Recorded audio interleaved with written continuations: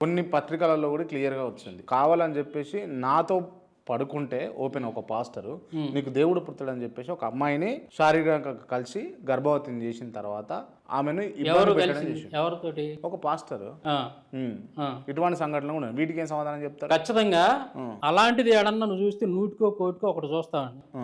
ఎందుకంటే హిందూ మతంలోనే ఎక్కువ మంది పూజారులు కానీ వీడు ఏదన్నా వీడియోలోకి వచ్చే ముందే ఒక అశుద్ధం తినొస్తాడు, అది అరిగేదాకా కొక్కుతాడు. ఇక పాస్టర్లు అలాంటి వాళ్ళు ఏదంటే ఎక్కడో రేర్ సంఘటన అది. ఇప్పుడు మన కళ్ళ ముందు కొంతమంది పాస్టర్లు ఉన్నారు. అందులో హనీ జాన్సన్ గడు మొన్నే పుచ్చిపోయిన గువ్వలకు మందు రాసాడు. ఓఫిర్ తాత 70 ఏళ్ల వయసులో కూడా ఆమదం రాస్తున్నాడు. ప్రసన్న బాబు పిడి సుందరరావు కొడుకు ఆగవాగం అయిపోయింది. అసలు ఆడపిల్లల బతుకులందరూ కూడా ఏమైపోయినాయో మీరు చూశారు.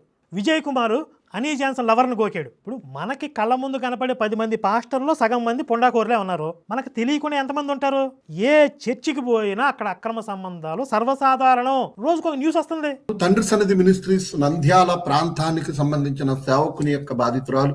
ఆ సేవకుడు ఆమెను పెళ్లి చేసుకుంటానని చెప్పి వంచి, అంటే ఆమెను గర్భవతిని చేసి తానే ఆ గర్భాన్ని తీసివేసి చివరికి ఈరోజు నువ్వెవరో నాకు తెలియదు, నువ్వు నాకు చెల్లెలు అంటూ సమాజంలో, అంటే ఆమె క్యారెక్టర్ నే దెబ్బతీసే విధంగా సమాజంలో ఆమెను చిత్రీకరించడం.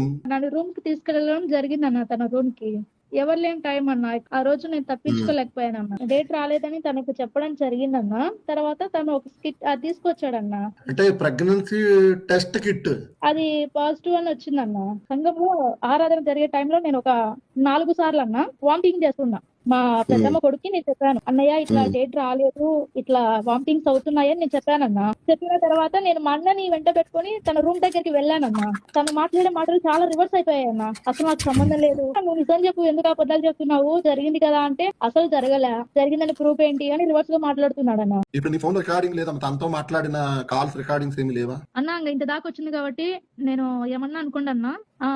కర్ణాక సుగన అనే అన్న ఈ అబ్బాయిని ట్రాప్ చేసే అవకాశం ఉంది అని. కర్ణాక సుగన ఆ అన్నకి నేను టార్గెట్ అవ్వచ్చు ఫ్యూచర్ లో. కాబట్టి నువ్వు చాటింగ్ చేసినా, నువ్వు ఫోన్లు మాట్లాడినా, మనం ఇలా మాట్లాడినా, రేపు పొద్దున నా నెంబర్ ట్రాప్ చేస్తే నేను దొరికిపోయే అవకాశం ఉంటది. కాబట్టి నువ్వు నన్ను ఎప్పుడైనా కానీ ఇద్దరు ముగ్గురు ఉంటే అన్నాని పిలువు, మిసైల్ పెట్టే మిసైల్ కూడా అన్నాని పిలువు.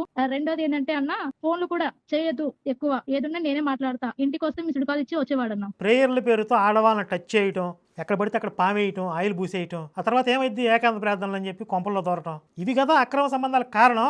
పైగా వాళ్ళకి ఏమైనా ఆహార నియమాలు ఉంటాయా? మనసు మీద నియంత్రణ అనేది ఉంటుందా? ఏమైనా సాధన ఉంటుందా వాళ్ళకి? నోటికి తినాలనిపించింది తింటారు, మనసుకు చేయాలనిపించింది చేస్తారు. పెబువా పాపిని క్షమించమంటారు. ఓపిరి చెప్పాడుగా, ఆ రోజు చేసిన పాపం ఆదివారం యేసు రక్తంలో కడిగేసుకున్నాను, పరిశుద్ధుని అయిపోయాను అంటున్నాడు.